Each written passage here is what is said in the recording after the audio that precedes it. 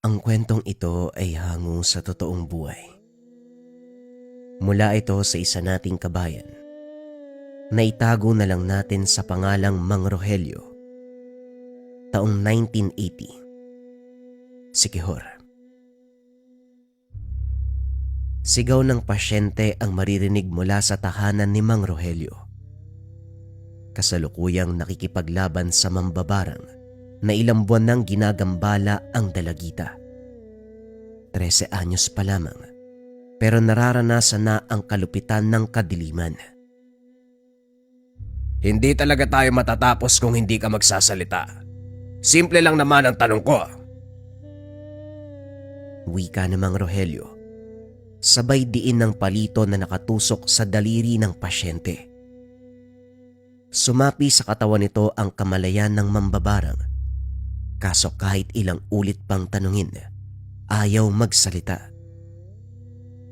Matigas ka talaga, ano? O sige, tignan natin kung makakayanan mo to. Nilapatan ng palito ang noo pagkatapos ihipa ng orasyon. Magdudulot ito ng matinding pananakit ng ulo, pero ininda lamang ng mambabarang. Dahil ayaw pa rin, muling naglapat ng palito sa daliri at diniinan.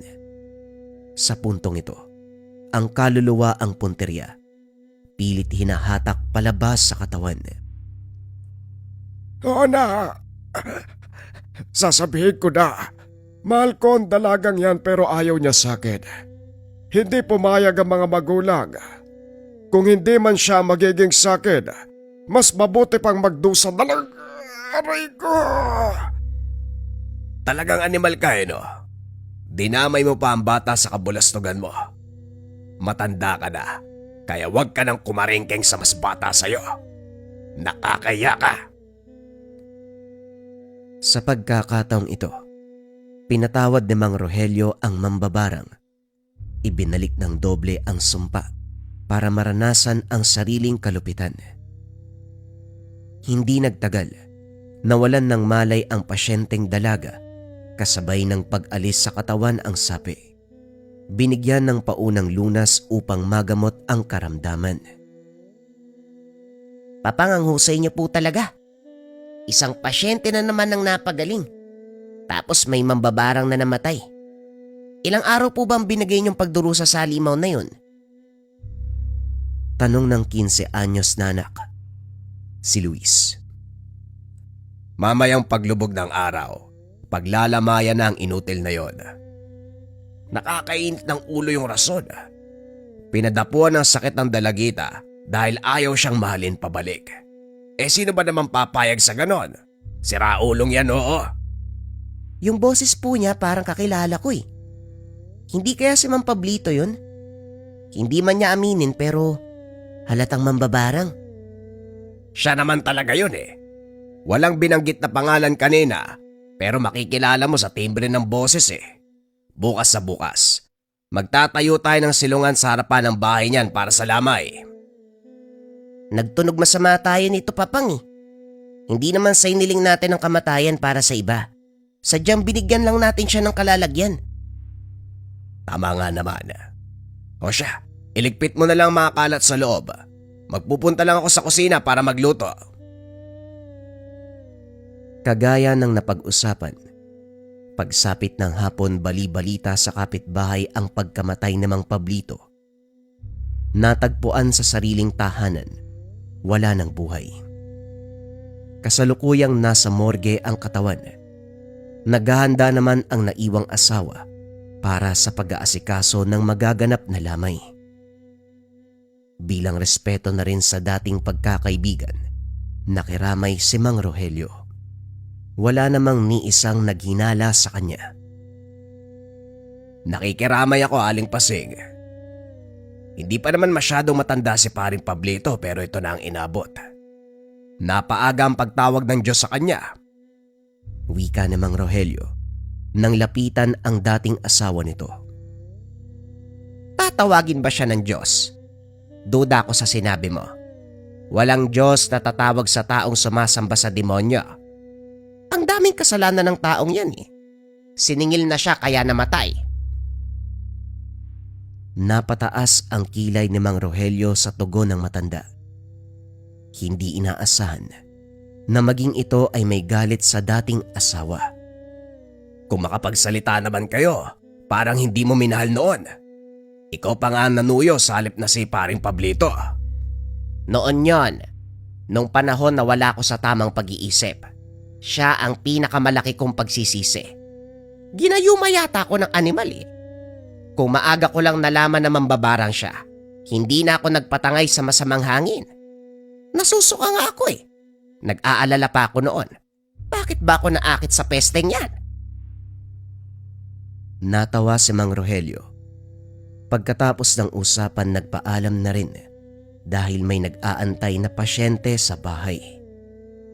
Hindi ko po alam kung magpapagamot ba siya o magpapakupkup. Nangingi kasi ng pagkain oh.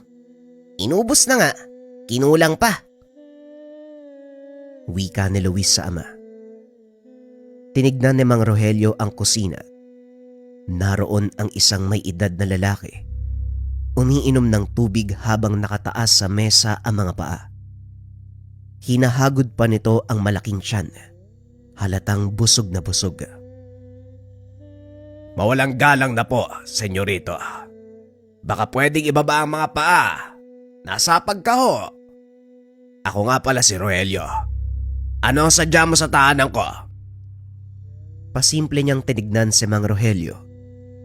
Napakunot naman ang noo ng manggagamot dahil hindi naman ito mukhang sakitin. Malusog na malusog. Hindi nga lang naliligo. Tawagin mo ako sa pangalang Padro. Nagtanong-tanong ako eh. Ikaw ang tinuro ng mga tao. Mausay ka raw manggamot? Pakitaan mo nga ako. Napalingon si Mang Rogelio sa anak.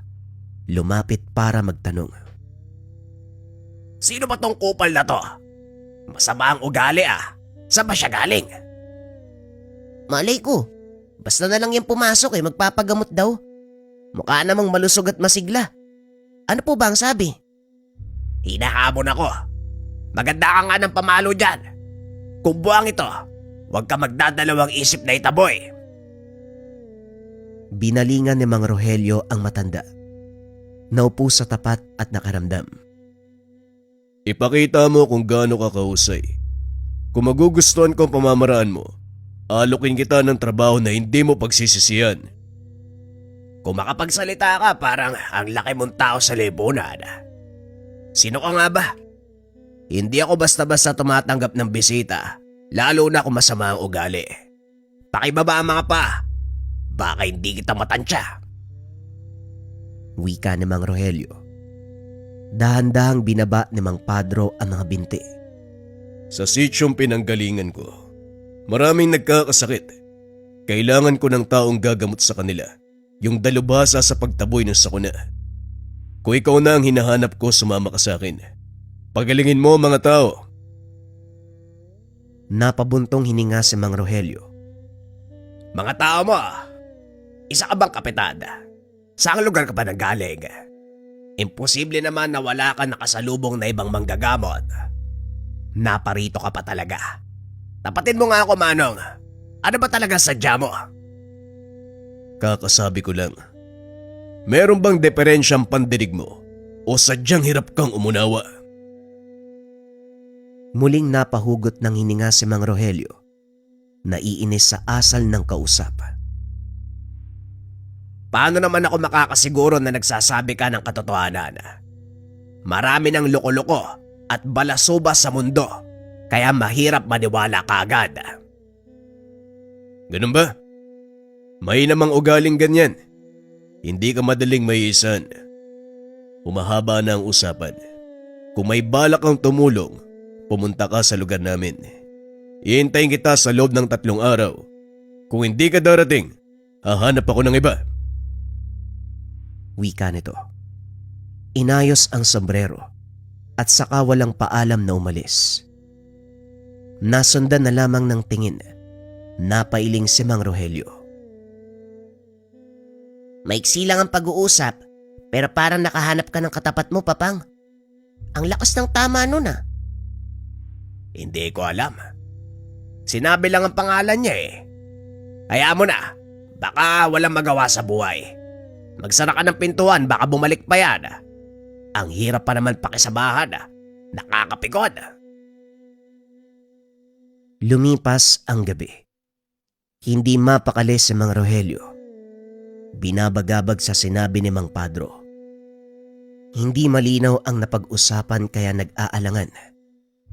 Handa naman siyang tumulong sa anuman. Basta makakaya, pero kung ganito na walang kalinawan, may parte sa kanya na pumipigil. Upang makalimot, ibinuhos ang atensyon sa mga pasyente. Walang pagbabago. Kaso pa rin ang pambabarang ang inaatupag. Sa pagkakataong ito, 3 ang nagsabay. Isang binata na edad 18, ginang na 50 taong gulang, babae nakakatapos ng manganak, 30 taong gulang. Iba-iba ang pag-atake ng sumpa at dumapong sakit. May nagtamo ng malubang pamamaga ng muka, pati na rin ang binti. Merong namimilipit sa pananakit ng tiyan. May nagkaroon ng sugat na walang tigil sa pagdurugo. Parehong delikado ang sitwasyon, pero mas inuna ang bagong panganak dahil maging bata na apektuhan na rin sa kalagayan. Matapos makapwesto, inihanda na ni Mang Rogelio ang 3 palito ng posporo. Sinimulan sa pamamagitan ng maiksing ritual. Pagkatapos ay inimbitahan ang espiritual na kamalayan ng mambabarang upang sumapi sa katawan. Hindi nagtagal, maririnig ang boses ng matandang babae mula sa bibig nito. Sino ang tumawag sa akin? Lapastangan! Hindi mo ginalang ang pagpapahinga ko. Tinawag kita para alukin ang habang buhay na pagpapahinga. Pero sa susunod na kapag nasagot mo ang tanong ko, bakit mo pinadapuan ang karamdaman ng babaeng ito? Ano ang dahilan mo? Tanong ni Mang Rogelio. Sinabayan pa ito ng pagdiin ng palito sa daliri ng pasyente. Dumaing ang matanda. Hindi magkamayaw sa nararamdamang sakit. Gayunpaman, nanatiling tikom ang bibig. Nasa dugo talaga yung mga mambabarang ang pagiging bastos. Kapag tinanong, dapat sumagot. Nakakapagod. Paulit-ulit. Kaya sumagot ka bago ko pa maisipang patayin ka ngayon din. Dinagdagan ni Mang Rogelio ang pasanin ng mambabarang. Inihipan ng orasyon ang isa pang palito at saka itinapat sa pulsuhan. Magdudulot ito ng paghihirap sa hininga. Kinargahan ng isa pang palito at bago tuluyang umepekto ang bisa, nagsalita ang mambabarang. Tama na! Magsasabi na ako. Kailangan ko lang gawin dahil napag-utusan ako. Hindi ako may galit sa babae, kundi yung lumapit sa akin. Tatagalin ko na ang sopa. Ibabado ko pa sa lalaki na gutos kung yun ang gusto mo. Magsasalita ka naman pala, pinapatagal pa.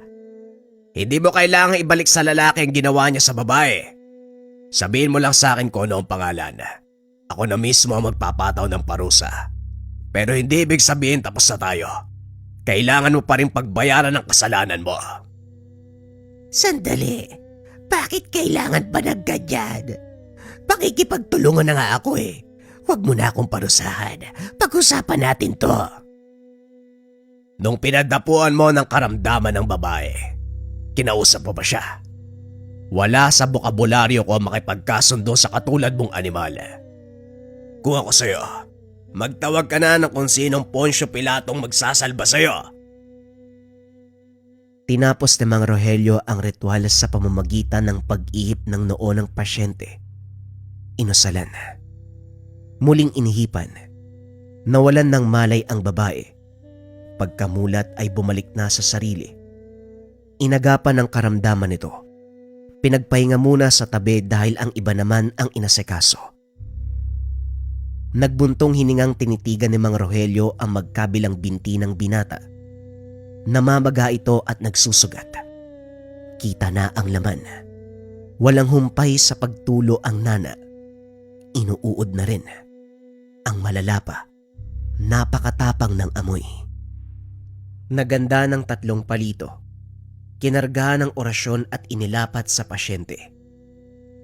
Nang maramdaman ang pagsapi ng espiritual na kamalayan ng mambabarang, kagad itong tinanong. Mabuti naman at sumagot ka kagad. Maiksing pag-uusap lang naman ito. May ilang katanungan lang. Umayos ka sa pagtugon para madali tayong matapos. Ano ang dahilan mo sa pagbarang sa taong ito? Masyado pang bata, pero pinaranas mo na ng kalupitan. Rico, sino ka ba? May iniinda pa ako. Pero ito na naman. Masakit na tama niya. Nanlaki mga mata ni Mang Rogelio nang makilala ang boses. Ito ang mambabarang na nakausap kanina lang doon sa unang pasyente. Abay lintik ka, ikaw na naman. Grabe, nilubos-lubos mo talaga ano. Sa ganda ang kasamaan mo. Ano ang dahilan mo sa pagkakataong ito? Pinayaran ako para barangin ang binatang yan. Maniwala ka man o hindi, pinabayaran lang talaga ako. Hindi sinabi ko nung dahilan, basta na lamang nagutos. Diniinan ni Mang Rogelio ang palito. Kinargahan ng karagdagang orasyon. Sinukat ang kakayahan ng mambabarang. Sa huli ay bumigay na ito. Pakiusap tama na. Hindi ko na kaya ang parusa mo. Tatanggalin ko na ang sumpa sa batang yan. Sige na! Hindi ko na kakayanin. O sige, pero tandaan mo ang sinabi ko kanina. Magbabayad ka pa rin. Doble na ngayon. 2 pasyente ang biniktima mo. Pagkatapos ito, sinuri kagad ang kalagayan ng matandang pasyente. Nagingalo. Maliban kasi sa pamamaga ng muka, nagkaroon ng komplikasyon ng atay, dulot ng pambabarang. 5 palito ng posporo ang ginamit, inayon sa kalagayan. Sa pagkakataong ito, tulalang napatitig si Mang Rogelio sa pasyente. Sumapi rito ang mambabarang. Abalintik ka! Ikaw na naman. Ilang tao ba ang binarang mo Pangatlo na to, pero ikaw pa rin ang nakakausap kong lintik ka. Ano ba? Ilan ba ang pasyente mo ngayon? Baka ako lang din ang bumarang sa mga yan. Isang parusa na lang. Hirap nang magsalita ang matanda. Gayunpaman, hindi nagpakita ng awa si Mang Rogelio. Kumuha siya ng 3 palito. Ibinato ang disa sa mambabarang matapos kargahan ng orasyon. Hindi magkamayaw ang matanda. Sukong-suko na. Sabihin mo sa akin kung saan ka nakatira. Gusto kitang makita ng mukaan nang makilala ko kung sino ka nga ba talaga. Hindi lang 1 o 2 biktima. 3! Sino pang nakakalam kung merong iba? Napakalang ng kaluluwa mong hayop ka. Ano ang dahilan mo rito Ang lala nito. Nautusan lang ako. Pero bakit sa akin bumagsak ang lahat ng parusa? Huwag mo kong dramahan, hayop ka. Ikaw ang nagkarga ng sumpa. Marapat lamang na ikaw ang bigyan ng sakit. Inutusan lang ako. Isang bayarang mambabarang. Tinarayo ko ng mga taong may nakakalitan o may kagalit. Masiksisi mo ba ako? Kailangan ko ng hanap buhay. Hanap buhay baka mo. Papatay na lang kita para matigil ka na sa kakahanap buhay mo. Wag! Pakiusap, pakawalan mo ko. Hindi na ako uhulit. Tatanggalin ko na ang sumpa. Aba dapat lang tanggalin mo na ngayon din. Huwag mong hintayin na makarating ako dyan sa inyo. Tinapos ang ritual, pero pinabaunan ng matinding karamdaman ang mambabarang Hirap na itong huminga at mahina na ang pangangatawan. Naagapan ni Mang Rogelio ang karamdaman ng 3 pasyente sa sandaling iyon. Kaso lumipas lang ang ilang araw. Hindi pa tuluyang binawi ang sumpa. Paminsan-minsan sinusumpong. Muling nagsasagawa ng ritual para tawagin ang espiritual na kamalayan pero nakokontra. Hindi na mahagilap ang mambabarang. Ginawa na lamang ng paraan para gumaling sa karamdaman ang mga pasyente. Sa kabutiang palad, nalunasan lahat. Kaso nga lang hindi maalis sa isip ni Mang Rogelio ang mambabarang. Binabagabag pa rin kung anong klase ng tao ito. Kung makapambarang akala mo kung sinong malakas. Sabay nabibigyan ng karamdaman ng mga tao. Kung didinggin ng langit ang dasal ko, sana magkita kami para masapa ko yung mukha niyan. Tatay, o nga no, paano pag nakita mo siya? Isipin mo ang boses masyadong pamilyar. Naalala mo yung matanda na biglang dumating tapos sinamon ka? Sinasabi mo bang si Mang Pedro?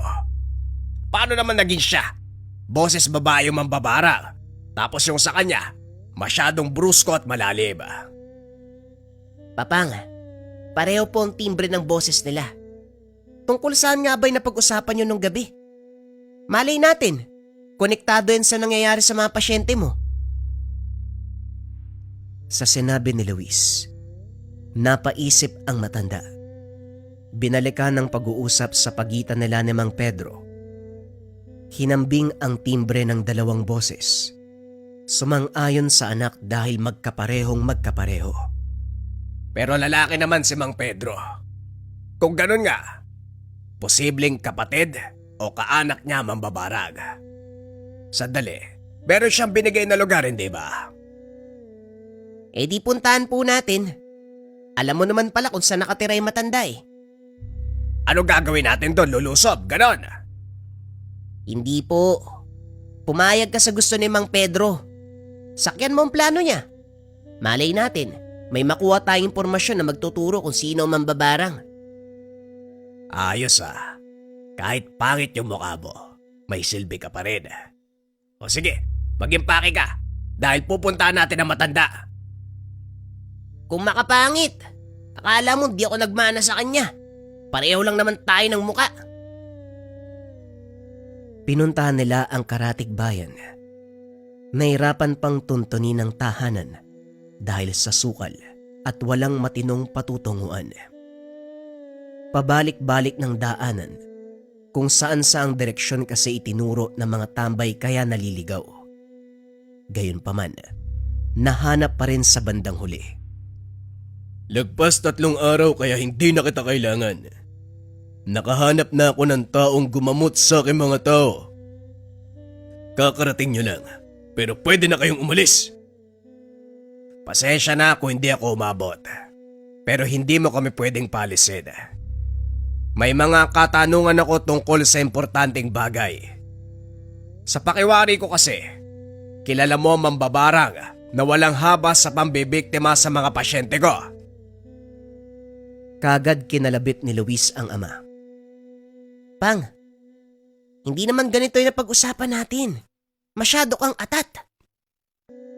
Mambabarang, paano mo naisip na may kinalaman ako sa ganyang klaseng tao? Nabaling ang pansin ng mag-ama kay Mang Pedro. Magkaboses kayo, kaya malaki ang posibilidad na kapatid mo siya o malapit na kamag-anak. Yun lang ba ang batayan mo? Ang babaw mo naman manggagamot.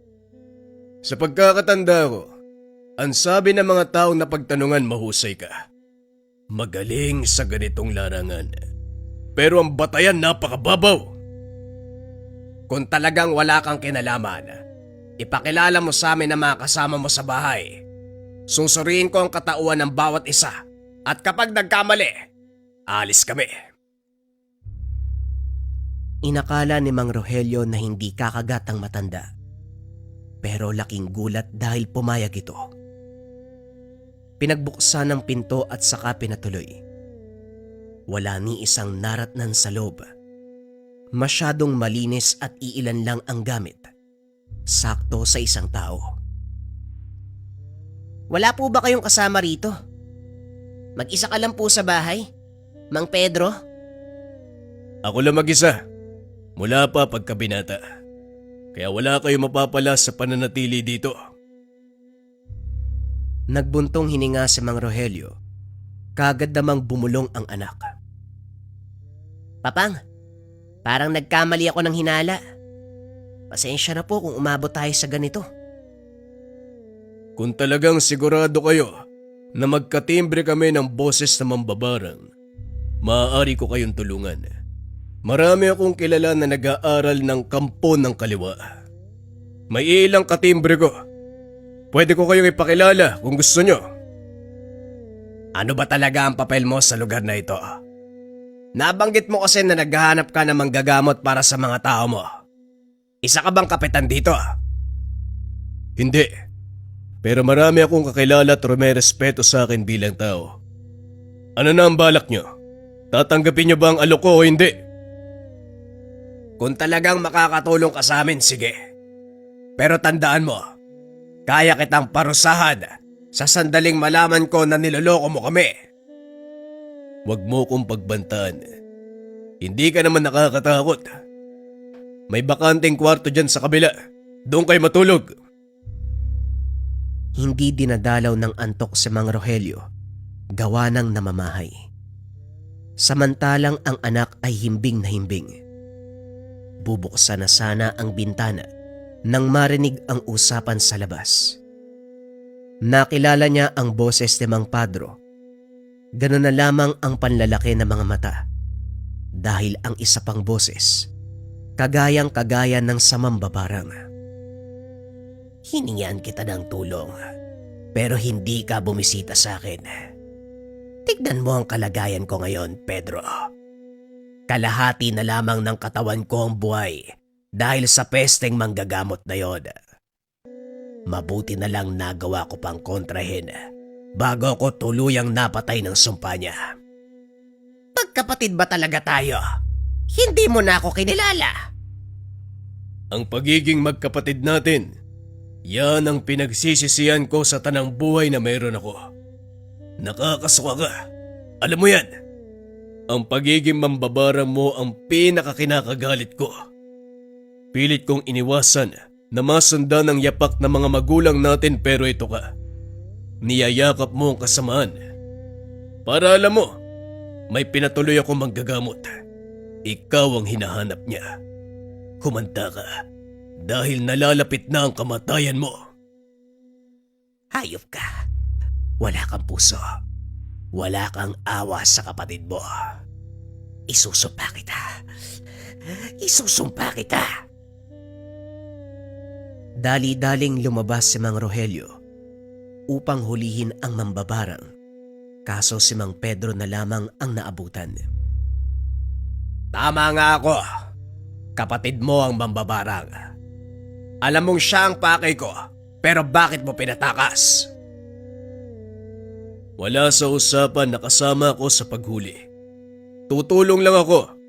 Magbibigay ng paraan para makilala mo mambabarang. Ginawa ko na. Pinatawag ko si Pamela para sa'yo. Pero nasa iyo kung hahabulin mo ngayon o mag-iintay ka ng umaga. Bakit? Anong meron sa umaga? Kinuha ko ang palito mo. Lihim na isinilid sa bulsa ni Pamela. May kargang orasyon yon, hindi ba? At kung tama ako ng pagkakatanda sa gamit na ito, mas epektibo ang bisa sa oras na sisikat ang araw. Tama ka, pero ibang pamamaraan yan. Ang kinarga kong orasyon sa mga palito ay kamatayan. Swerte kung aabutan pa ng umaga ang kapatid mo.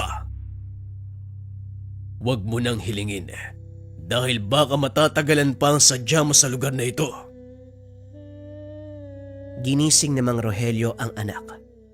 Pagkatapos ay dali-daling pinuntahan ng tahanan ng mambabarang. Nakatirik ang maliit na kubo sa kasulok-sulukang bahagi ng kagubatan. Wala pang matinong daan at kung hindi makikiramdam sa paligid, madadali ng asong ligaw. Narating nila ang tahanan Sa bakuran pa lamang malakas na ang presensya ng mambabarang. Nakataas ang depensa nito.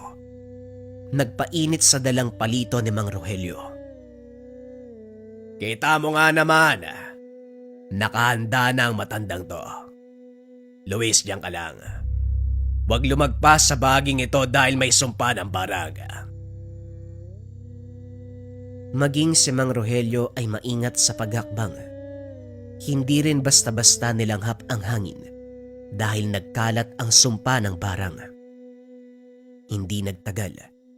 Lumabas ang matandang babae. May dalang mga gamit. Gulat nang makita sila. Kumusta ka naman?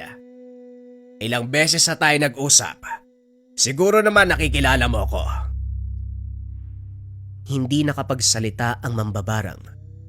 Panay ang paglunok. Natatakot. Sa kabila nito sinubukang kalabanin ang manggagamot.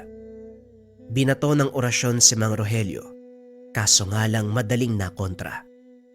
Sunod-sunod ang atake ng mambabarang, pero lahat ng iyon ay walang tumama. Hindi ganong kalakas dahil baldado na rin ito. Paralisado ka na nga. Ang lakas pa rin ng loob mo. Baka gusto mong buong katawan ng manigas para magbuka kang tuod. Kaya kong gawin yan ora mismo. Tinigilan ko na ang mga biktima. Hindi na ako umulit. Kaya ano pa ba gusto mo? Hindi mo tuluyang tinanggal ang sumpa. Nag-iwan ka ng kaunti na tama lang para mapatay sila. Mabuti na lang napansin ko kagad. Kaya sa paglipas ng ilang gamutan, nalunasan ang mga pasyente. Pero hindi ako makakapayag na malayang nakakagalaw sa mundong ito ang mambabarang. Sinabi ko na noon pa, magbabayad ka. Ginawa mo na akong baldado. Hindi ko na magagamit ang kakayahan ko. Ano pa ang parusang gusto mo? Yung magdusa ka hanggang sa mamatay. Naglabas ng 7 palito si Mang Rogelio. Sa pagkakataong ito nanlumo ang mambabarang. Sinubukang ipunin ang natitirang lakas, pero hindi na kaya pang paganahin ang kakayahan. Bumaluktot na lamang ito sa sulok. Tinanggap ang huling hantungan. Sabay na inihipan ng orasyon ni Mang Rogelio ang 7 palito. Pagkatapos ay inihip sa direksyon ng mambabarang. Humiyaw ito. Namilipit sa sakit. Kalauna nagsimulang magsuka ng dugo. Isa-isang napinsala ang mga lamang loob. Hindi nagtagal. Pumutok ang ugat sa ulo. Humandusay na lamang at saka nalagutan ng hininga. Pagbaling ng manggagamot, nagip si Mang Pedro na nakatayo sa hindi kalayuan. Lumapit ito. Tinignan sa huling pagkakataon ang kapatid. Sunugin niyo ang katawan. Pagkatapos iwan niyo kahit saan. Wika nito sabay abot ng posporo. Talaga bang tanggap mo na ang kamatayan ng matanda? Akala ko ba magkapatid kayo? Kahit gaano kasama ang kapatid, hindi may pagkakaila na magkakaroon pa rin ng awa.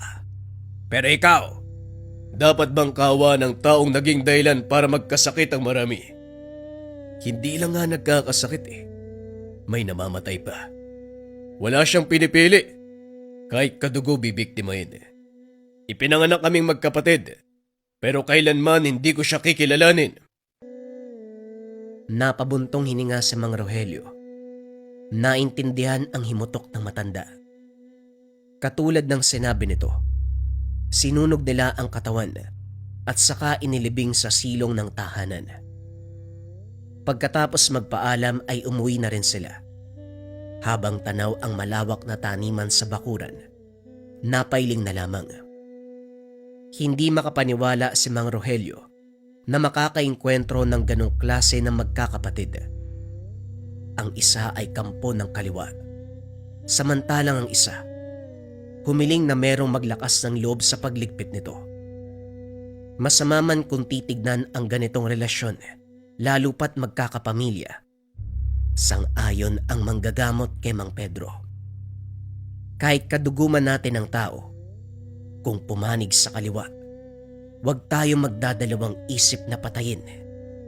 Lalong-lalo na kung sila ay nagiging perwisyo sa ating kapwa. Ang susunod nating mga kwento ay tungkol sa gabay medalyon at mutya ng putik. Para ito sa mga kabayan natin na gustong magmaraton. Simulan na ang storya. Ang kwentong ito ay hango sa totoong buhay. Mula ito sa isa nating kabayan na itago na lang natin sa pangalang Jerry. Walang eksaktong taon. Probinsya ng Rizal. Nang mga panong ito, nagtatrabaho bilang OFW sa bansang Switzerland itong si Jerry. Halos 10 taon na ito sa bansa. Masasabing naging mapalad ito sa piniling buhay. Nakapagpatayo ng sariling tahanan. Nagkaroon ng negosyo sa Pilipinas ang binata. Sa edad na 35, naging matagumpay ito. Hindi biro ang pinagdaan ng hirap, lalo pa nung unang dating sa bansa. Lahat ng panlalait at diskriminasyon ay naranasan niya. Ngunit hindi ito naging hadlang para magtagumpay. Maliban sa trabaho bilang tagapakain ng baka, naghanap din ng ibang pagkakakitaan ang binata, kagaya ng pamimitas ng prutas at kung ano pang pwedeng makapagpadagdag sa kanya ng pinapadala sa pamilya. Isa pang nakatulong sa kanya ang kakaibang medalyong ibinigay ng isang matandang netibo ng lugar. Hugis bilog ito. May nakaukit na simbolo na ayon sa matandang nagbigay, ang ibig sabihin, gabay sa paglalakbay. Simula nang mapa sa kamay ito ni Jerry, ni minsan hindi ito nawalan ng pagkakakitaan. Naging mas maayos ang pakikitungo sa kanya ng ibang kasama sa trabaho. Ngunit hindi lang magagandang bagay ang nangyari sa binata. Dumating din sa punto na halos mawalan sila ng makakain dahil sa pandemya. Paring Jerry, paano na yan ngayon? Wala tayong trabaho. Bawal ding lumabas. Paano tayo kakain ito? Pare, huwag kang mag-alala. Dahil sa syudad lang naman bawal pumunta eh. Wala namang sinabi yung gobyerno na bawal pumasok sa gubat. Tignan mo, napakaraming paraan para makakain. Bakit ka nag-aalala? Ang mabuti pa, kunin mo yung basket dun sa likod at mamimitas tayo ng prutas. Maunguha din tayo ng kabuti. Hanga ang mga kasama nito sa kakaibang pamamaraan ng binata. Ni minsan hindi nila ito nakita ang nag-alala. Pare, hindi ka ba natatakot na baka wala na tayong mapadala sa pamilya natin? Habang namimitas ng prutas. Medyo nag-aalala din. Pero malaki kasi yung tiwala ko sa Diyos eh. Alam kong hindi niya tayo papabayaan. Matapos makuha ang mga kailangang pagkain, kagad nang umuwi ang dalawa. Pagdating sa kanilang tinutuluyan, pinagsaluhan ng mga kasama ang kanilang dalang pagkain. Masaya si Jerry sa tuwing makikitang nakangiti ang mga kasama.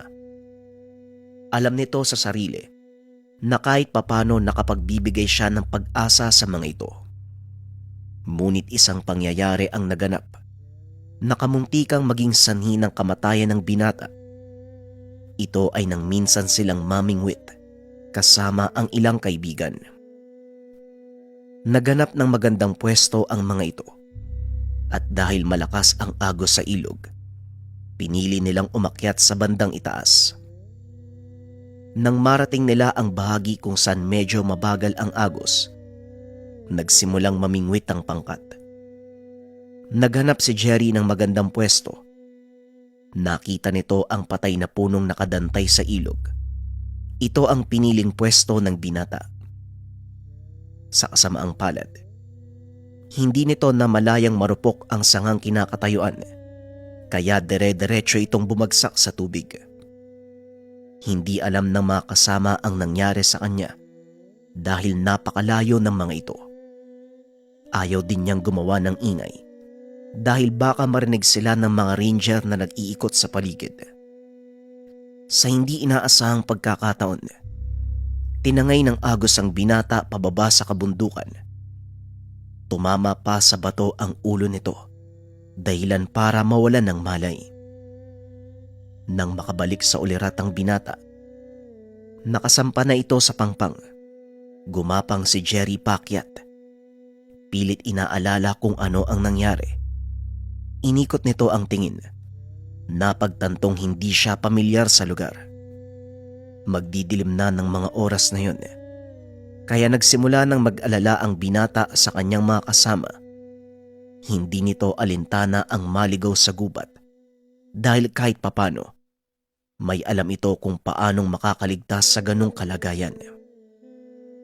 Naupo si Jerry sa lupa. Nagsimulang gumawa ng siga. Ilang sandali pa ay tuluyan ng lumubog ang araw. Dito na nagsimulang makarinig ng kung ano-anong ingay ang binata. Alulong ng mga lobo at kung ano pang nakakatakot na ingay sa gubat. Hanggang sa makarinig siya ng yabag sa paligid. Dumampot siya ng malaking patpat upang gamitin sa pagtanggol sa sarili. Ngunit sa kalagitnaan ng pag-aabang, nakarinig ng boses ang binata. Ibaba mo yung patpat mo. Walang gagalaw sa'yo dito sa gubat. Magtiwala ka at mag-ipon ng lakas para sa pag-uwi mo kinabukasan. Nagulat ang binata at muling inikot ang tingin sa paligid. Hinahanap nito ang nagsasalita. Ngunit walang tao sa lugar. At isa pa, alam ng binatang nasa dayuhang bansa siya. Kaya labis ang pagtataka nito kung kanino ang boses na yun. Muling naupo ang binata. Kalaunan ay nakatulog ito. Kinabukasan nagising sa ingay ng mga ibon. Kagad na itong tumayo at nagsimulang hanapin ang daan. Medyo nakalayo na ito sa kanyang pinagmulan nang muli na namang marinig ang boses. Diretso lang. Huwag kang liliko. Pagdating mo sa bukana ng gubat, makikita mo na ang daan. Pagkatapos nun, tahakin mo pakaliwa. Malayo din ang nilakad ni Jerry bago nito narating ang sementadong daan. Kagad nitong tinahak ang daan sa kanyang kaliwa. Kagaya ng sinabi ng boses, narating ng binata ang bukana ng pamayanan na kanilang tinitirhan. Laking tuwa ng mga kasama nito nang makita siyang buhay. Hindi inaasahan na makakaligtas sa malakas na agos ng ilog ang binata. Pare, buti naman nakaligtas ka. Akala namin hindi ka na makakabalik ng buhay. Magre-report na sana kami sa otoridad eh. Ako nga din pare. Akala ko katapos ang una. Pero salamat na lang may gumabay sa akin. Swerte talaga tong medalyon na binigay sa akin ng netibo. Yung nakatira dun sa gawing dulo. Ano nga uli yung pangalan nun? Si Tatang Edward, yung matandang weirdo. Nagpapaniwala ka dun? Ang dami nagsasabi na wala na daw yun sa katinoan eh. Dahil sa sobrang gutom. Kaya kung ako sa'yo pare, huwag ka masyadong lalapit dun. Kinabukasan, dahil wala pa rin silang trabaho, pinili ng binatang puntahan ang tahanan ni Edward. Ilang bahay lang naman ang pagitan nito sa kanila. Kaya mabilis lang din siyang nakarating. Nagdala ng nilutong ulam ang binata. Ilang hiwa ng tinapay para ipasalubong sa matanda na nooy nagwawalis sa kanyang mabatong bakuran. Kagad naman itong napansin ng matanda. Binati siya sa lokal na lengguwahe. Kahit papano ay nagawa pang pag-aralan ni Jerry ang salita sa lugar. Kaya walang kahirap-hirap sa kanya ang makipag-usap. Ang mga susunod, isinalin sa wikang Tagalog ng tagapagpadala. Magandang umaga Edward. Kumusta ka naman? Halika, saluwan mo ako sa pagkain kong dala.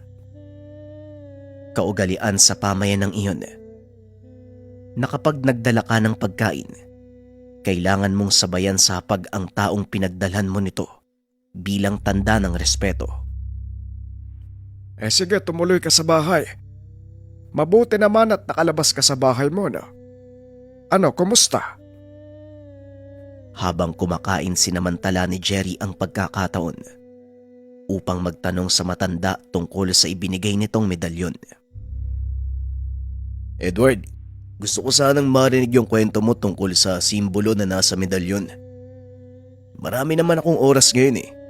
Pwede tayong magkwentuhan habang umiinom ng malamig na beer. O sige, gagawa lang ako ng malaking siga sa labas para mas masaya yung kwentuhan natin. Napakalaking tao nito na halos 7 talampakan at kalahati ang tangkad. Malaki ang pangangatawan na animoy isang mandirigma na nagkukubli sa katawan ng isang matanda. Habang nakaupo sa harapan ng apoy, nag-iiyaw ito ng karne ng kuneho.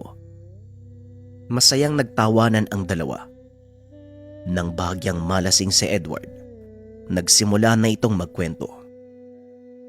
Ang aking mga ninuno, tinatawag na Norsemen, o mas kilala sa modernong lingwahe bilang Vikings. Kami ay naniniwala na hindi mo kailangang antayin ng tadhanang lumapit sa iyo. Sa halip, ikaw mismo ang hahanap nito. Sabay lahat ng palad nito sa binata. Nanlaki ang mga mata ni Jerry nang makita ang parehong simbolo na nasa kanyang medalyon. Anong tawag sa simbolo na yan? Kilala ito sa maraming katawagan. Huter der Veloreren o Keeper of the Lost. Ogen der Blinden Sil. Eyes of the Blind Soul of Fatfiner o Pathfinder. Ang medalyong yan ay pagmamay-ari ng isa sa aking mga ninuno. Yung nangyari sa akin sa gubat. Anong rason kung bakit ako nakabalik? Dahil din ba to sa medalyon? Napangiti si Edward. Ininom ang beer na hawak. Oo, Jerry. Hindi lang basta simbolo ang taglay ng medalyon mo.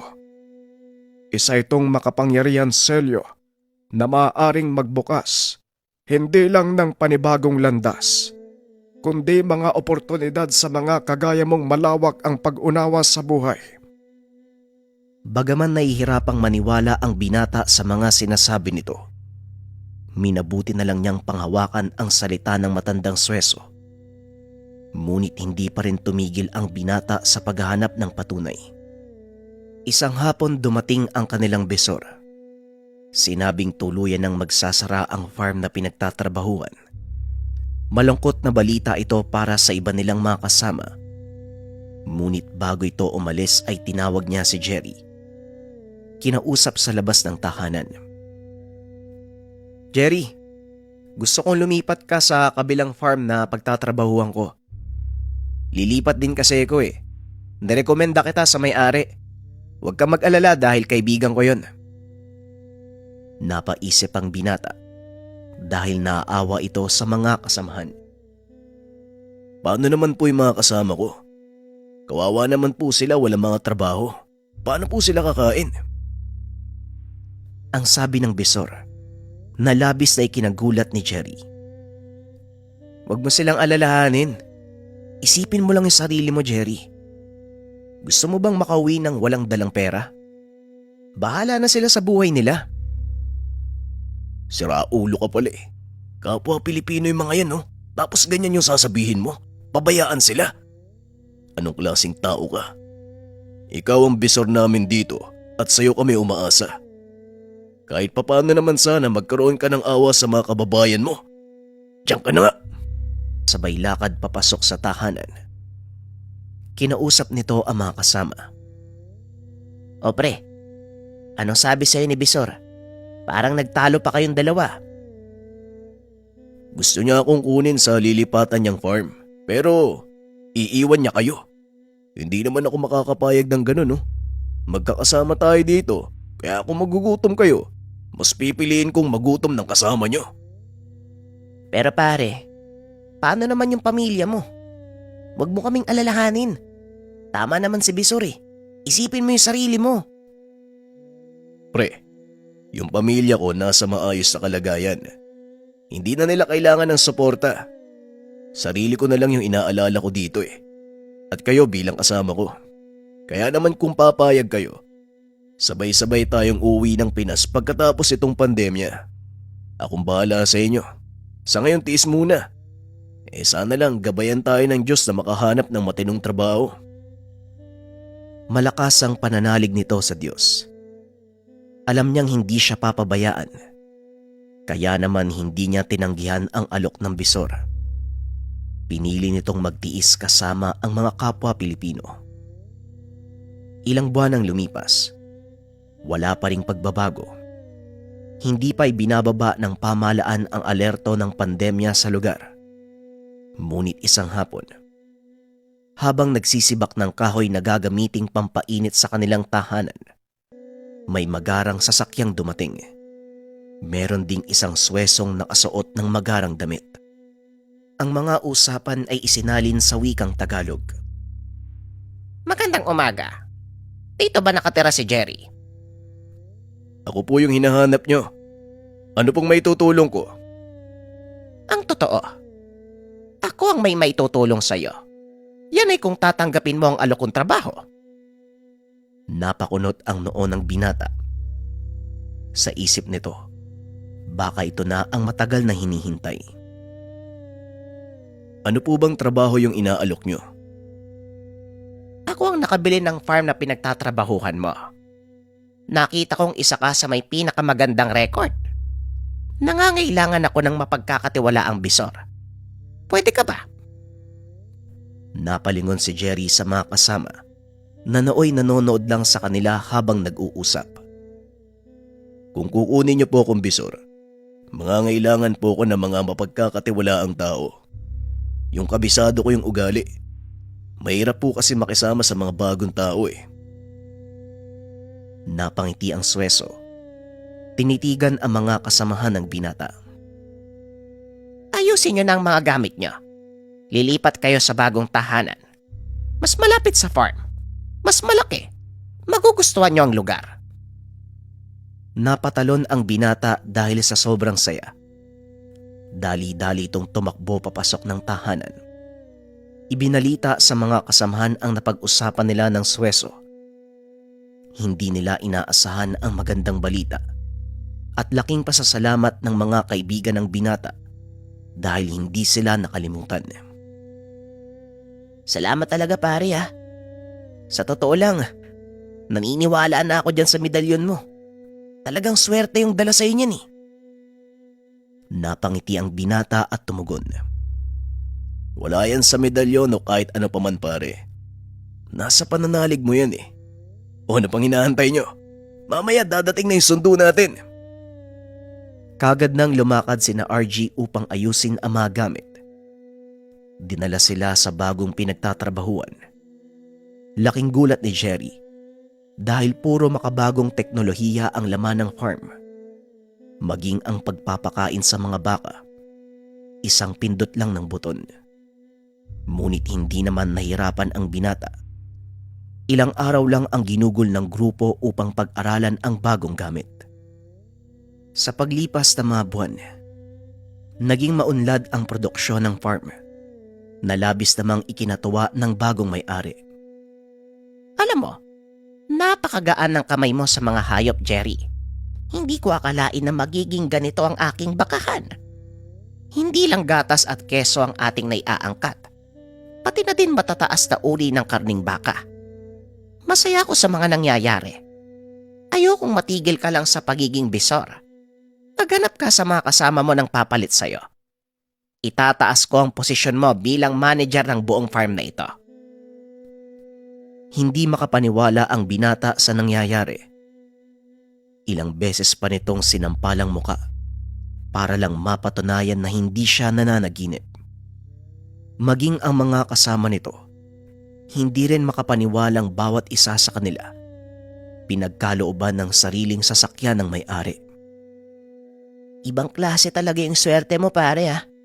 Salamat kasi dinamay mo kami sa pag-angat mo. Utang namin sa'yo kung anong meron kami ngayon. Napangiti ang binata at tumugon. Uy, magbuong isama sa pagyaman mo. Hindi ako yung may gawa niyan. Bunga yan ng kasipagan nyo. Kaya labas ako dyan.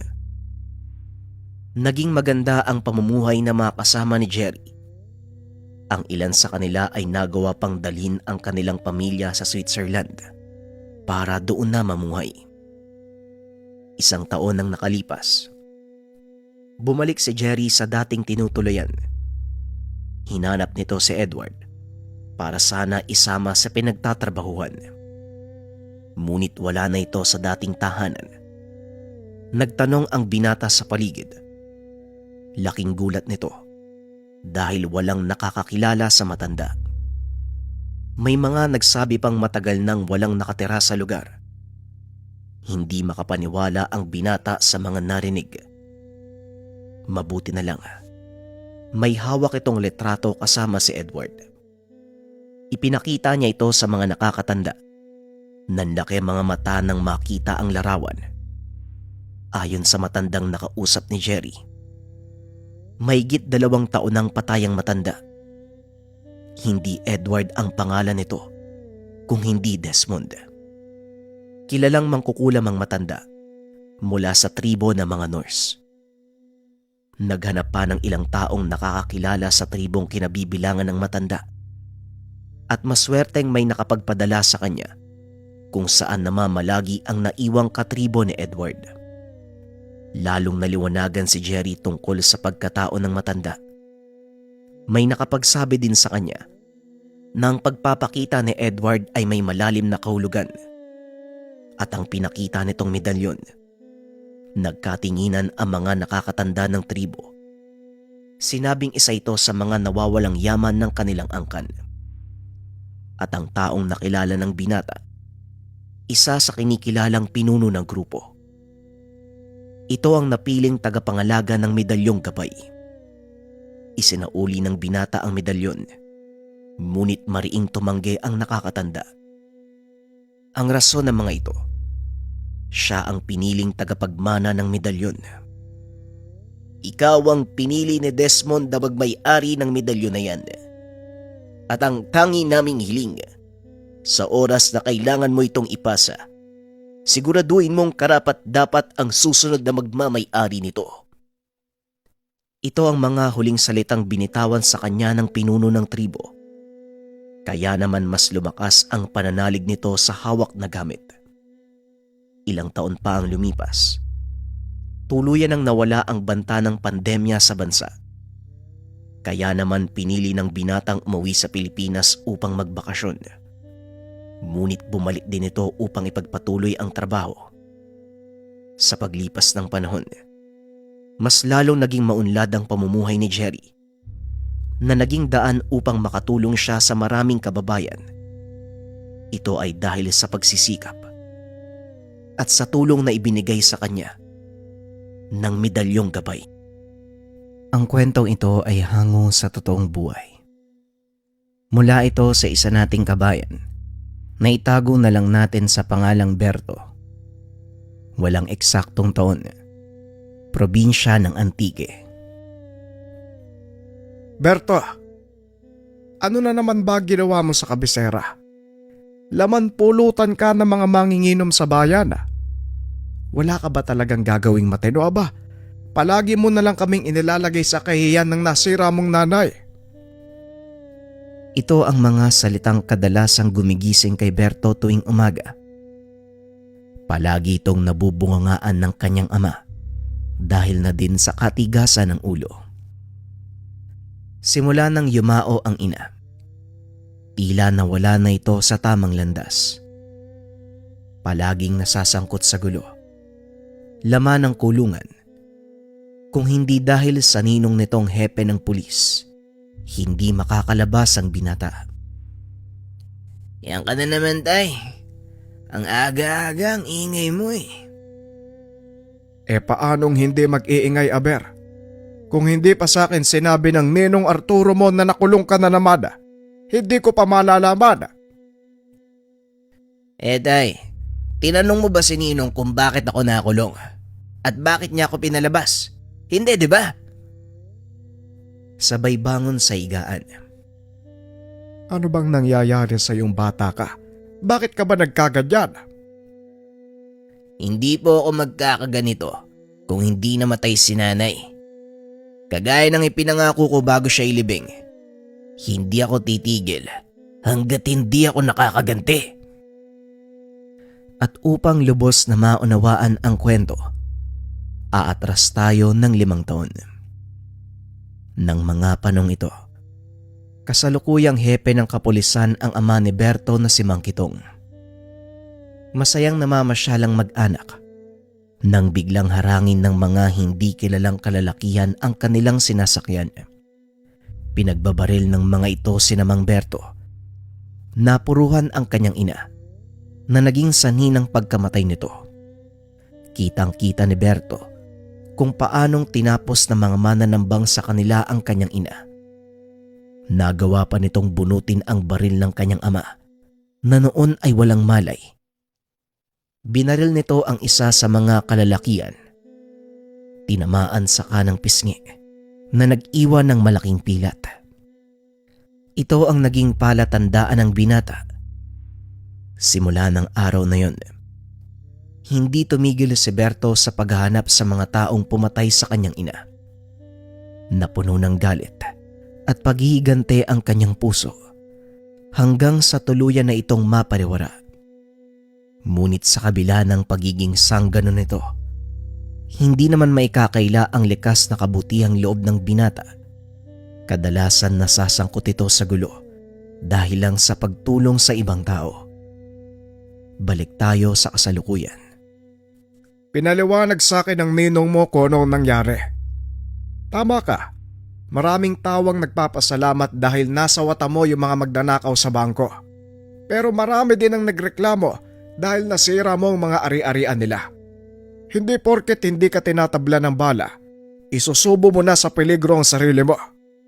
Ay nako, kapag nalaman ng tiyo Diokno mo ang ginagawa mo sa ibinigay niyang mutya, paniguradong babawiin niya yan. Tama ang inyong narinig. Hindi tinatabla ng bala itong si Berto. Isa sa mga angking kakayahan ng mutya ng putik na ibinigay sa kanya ng kaibigan ng ama, na ang pangalan ay Mang Diokno.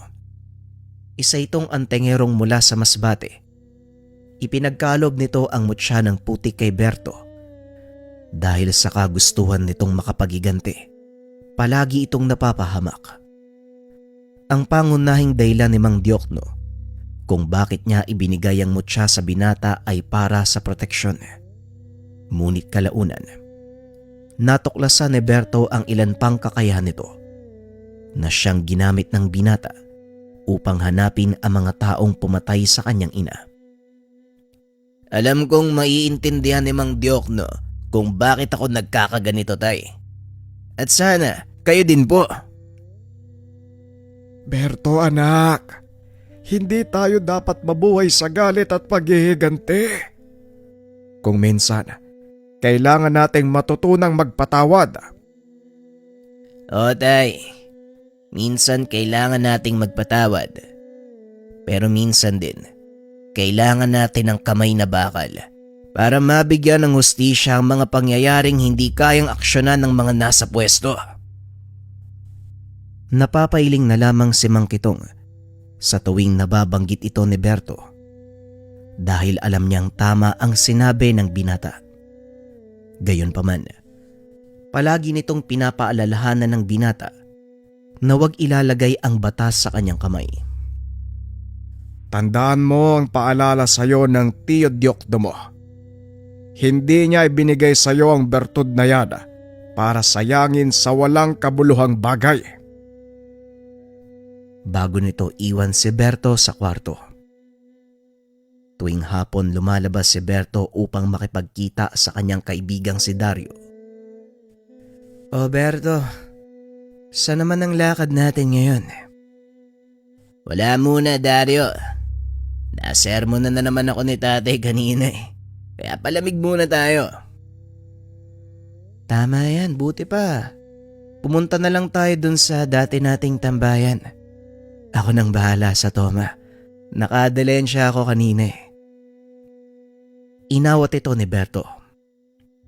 Wag na pare. Alam mo nang may sakit ang nanay mo eh. Kaya ilaan mo na lang sa gamot yung kinita mo. At isa ba, nauumay na din ako kakainom eh. Eh anong gagawin natin ngayon? Sayang ang magdamag pare oh. Muling wika ni Dario. Oo nga no. Bueno, bakit hindi kaya tayo pumunta doon sa plaza? Balita ako maraming tao ngayon eh. Mukhang may palabas yata. Alam mo pare, naninibago talaga ako sa'yo ngayon ah. Nilalagnat ka ba? Baliw. Baka nakakalimot ka. Hindi nilalagnat si Bertong Putik. Gaya ng sinabi ko sa'yo, kalma muna ako. Sunod-sunod na akong dinadampot ni tatay sa presinto. Kung sa bagay oo nga pala pare, maalala ko. Yung nangyari kagabi, talaga bang mga sindikato yung nakabangga mo? Yun ang sabi ni Ninong eh. Kaya nga palamig daw muna ako baka kasi siya ang balikan ng mga yun pag nalamang pinalaya niya ako. Habang naglalakad papunta sa plaza. Pagdating nila sa lugar, halos hindi mahulugang karayom sa dami ng tao, kaya pinili nilang manood na lamang sa malayo.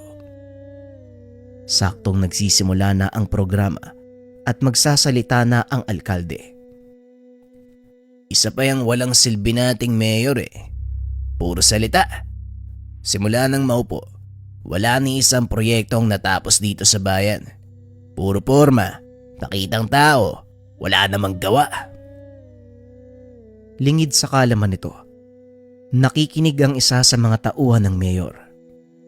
Magdahan-dahan ka sa mga pananalita mo, bata. Baka may makarinig sa'yo. Magulat ka na lang, pulutin ka sa talayban.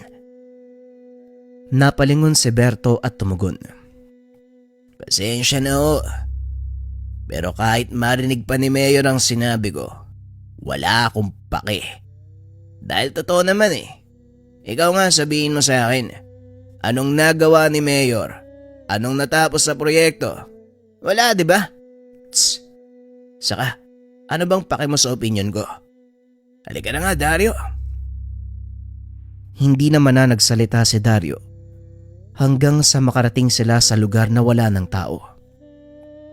Pare, tauhan ni Mayor yung kausap mo kanina. Kulas ang pangalan nun. Yari tayo nito eh. Natatakot ka. Wala akong pake kung magsumbong pa siya kay Mayor. Pagbuling ko pa sila eh. Nagpa siyang umuwi ang dalawa dahil wala namang gaanong gagawin sa labas. Saktong nagiwalay na ng daan ang mga ito nang biglang may humarang kay Berto. Sumama ka sa akin, bata. May kakausap sa'yong importanteng tao. Eh paano kung ayoko? Anong gagawin mo? Habang nagtatanggal ng tsinelas, lumapat ang paa nito sa lupa at kusang gumana ang bisa ng tangang mutya. Huwag mo nang palalain ang sitwasyon. Sumama ka na lang sa akin kung ayaw mong mapahamak ang kaibigan mo. Lumabas ang kasama nitong hawak-hawak si Dario habang may nakatutok na barel sa sentido nito. Wala nang nagawa si Berto kung hindi ang sumama sa lalaki. Huwag kang mag-alala, wala namang mangyayari sa'yo eh. Kakausapin ka lang ng taong sinasabi ko. Hindi naman sumasagot si Berto hanggang sa dumating na sila sa sinasabing lugar ng lalaki. Pinapasok ang binata sa isang lumang bodega at doon nakita niya ang isang lalaking nakasuot ng itim na damit. Maraming armado ang nakapalibot dito. Mayor, nandito na po yung taong sinasabi ko sa inyo. Humarap ang lalaki. Nakangiti itong lumapit kay Berto. Salamat, Kulas. Makakalis na kayo ng mga tauhan mo. Iwan niyo kaming dalawa. Baka nahihiya ang bisita natin sa maraming tao. Napagtanto ni Berto na ang taong kaharap ay walang iba kung hindi ang mayor. Anong kailangan mo sa akin? Wala ka mapapala, mahirap lang ako. Ako, walang kailangan. Pero ikaw ang may kailangan sa akin. Hindi ba anak ka ng dating hepe ng bayan? Napatay ang nanay mo sa pananambang. At alam kong hinahanap mo ang mga taong pumatay sa kanya. Alam mo, pwede kitang tulungan eh. Yan ay kung makikipagtulungan ka sa akin. Di may kailangan ka nga. Pasensya na pero hindi ko kailangan ng tulong mula sa'yo. Kaya kong kumilos mag-isa eh. At saka, bakit ba kailangan mo ng tulong ng isang kagaya ko? Hindi nalingid sa akin ang kakayahan mo, bata. May ilang taong nakapagsabi na nakaengkwentro ka nila at hindi ka daw tinatabla ng bala. Yan ang gusto kong mapatunayan. Tss. Naniniwala pala kayo sa mga chismis, Mayor. Kaya pala walang nangyayari sa bayan. Magdaan-daan ka sa panginsulto mo, bata. Kayang-kaya kitang tirisin. Di subukan mo, Mayor. Hindi naman ako natatakot sa'yo eh. Yan ang gusto ko. Palaban. Pag-isipan mong mabuti ang alok ko. Dahil sisiguraduhin ko sa'yo, hindi ka lang makakagante sa mga taong pumatay sa nanay mo. Kikita ka pa ng pera. Biglang natigilan si Berto sa sinabi ng mayor. Kagad na itong nagpatuloy sa paglalakad. Hinarang siya ng mga tauhan. Hayaan mo siya, Kulas. Bibigyan natin siya ng pagkakataong mag-isip. Kagad ding tumabi ang mga tauhan nito. Hinila ni Berto ang kamay ni Dario at nagpatuloy na sa paglabas sa lugar. Ano bang pinag-usapan niyo ni Mayor, pare? Iniinganyo ako ng taong yun na magtrabaho sa kanya. Ang kapalit daw, tutulungan niya akong makapagigante sa mga pumatay kay nanay. Nako pare, huwag kang magpapadala sa matatamis sa salita ng taong yan. Paniguradong gagamitin ka lang din niya. At sa uli, kapag wala ka ng pakinabang, siya mismo ang papatay sa'yo. At alam ko ring sa oras na wala siyang mapala sa akin, guguluhin ng taong yan ang buhay ko. Kaya kailangang malaman ni tatay ang lahat para makagawa ako ng hakbang. Pagkatapos ng pag-uusap, kagad na ding umuwi si Dario. Naiwang mag-isa si Berto at sa hindi inaasahang pagkakataon, nakasalubong nito ang taong nagbigay sa kanya ng bertud, si Mang Diokno. Berto, ikaw na ba yan, iho? Mabuti naman at nagkasalubong tayo. Medyo nalilito na ako sa lugar nyo eh. Ang laki ng pinagbago simula nang huli kong nagpunta. Napangiti naman si Berto dahil tamang-tama ang dating nito. Tiya Diokno, mabuti naman napadalaw kayo. Malapit naman na tayo sa bahay. Tara, siguradong matutuwa si tatay. At kagad nang umuwi ang dalawa. Kagaya ng inaasahan ni Berto, tuwang-tuwa si Mang Kitong dahil nagkita ang dalawang magkaibigan. Kung hindi nyo na itatanong, si Mang Diokno, dating pulis na naglilingkod sa ilalim ng pamumuno ni Mang Kitong. Nang magretiro ang matanda, nagpa siya ding magbitiw sa tungkulin si Mang Diokno. Tinutukan ang pagiging albularyo. Kumusta naman ang panggagamot mo, Diokno? Balita ko, kilala ka na sa lugar nyo ah. Hindi naman sa ganun. Medyo marami lang ang nakakakilala sa akin pero hindi pa naman sobrang sikat. Mas marami pa ring magaling kaysa sa akin eh. Bueno, ikaw naman hepe. Paring Kitong, kumusta naman ang buhay ng retirado? Heto, nangungonsume dyan sa anak ko. Lumaking basagulero. Napakamot naman ng ulo si Berto. Yang ano naman tay. Alam mo naman ang dahilan ko, Tio Diokno, di ba? Nako Berto, baka naman inaabuso mo ang bertud na binigay ko sa'yo. Siguradong alam mo kung ano ang magiging kapalit niyan, hindi ba? Tignan mo ang nangyari sa taong pinanggalingan ng Bertud na yan. Asan siya ngayon? Ayun, nakikipagpatentero kay kamatayan. Ang tinutukoy nito ay walang iba, kung hindi ang kilalang antingero mula sa bahagi ng Luzon. Alam ko naman po yun, tiyo. Kaya nga hindi ko tinutularan ang ginagawa niya eh. Ay nako, wag kang maniwala dyan sa batag yan.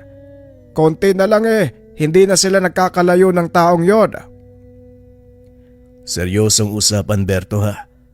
Ang mutya ng putik, isang uri ng mataas na tangan dahil nabibilang ito sa 4 na pangunahing elemento.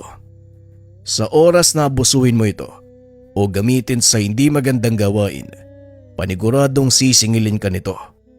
At isa pa, hindi ko naman ipinagkalob sa iyo ng Bertud na yan para maging basagulero. Kaya pakiusap, gamitin mo sa tama kung ayaw mong bawiin ko sa iyo ang Bertud, kagaya ng naunang humawak niyan. Opo tiyo, pasensya na po kayo. Nga pala, may sasabihin po ako sa inyo. Pinatawag ako ni Mayor kanina nagkausap kami. Balak niya akong kunin para magtrabaho sa kanya. Nagkatinginan ang dalawang nakakatanda. Tila nag-aantayan kung sino ang unang magsasalita. Hanggang sa naglakas loob na si Mang Jokno. Sasabihin ko sa iyo ngayon palang, Berto.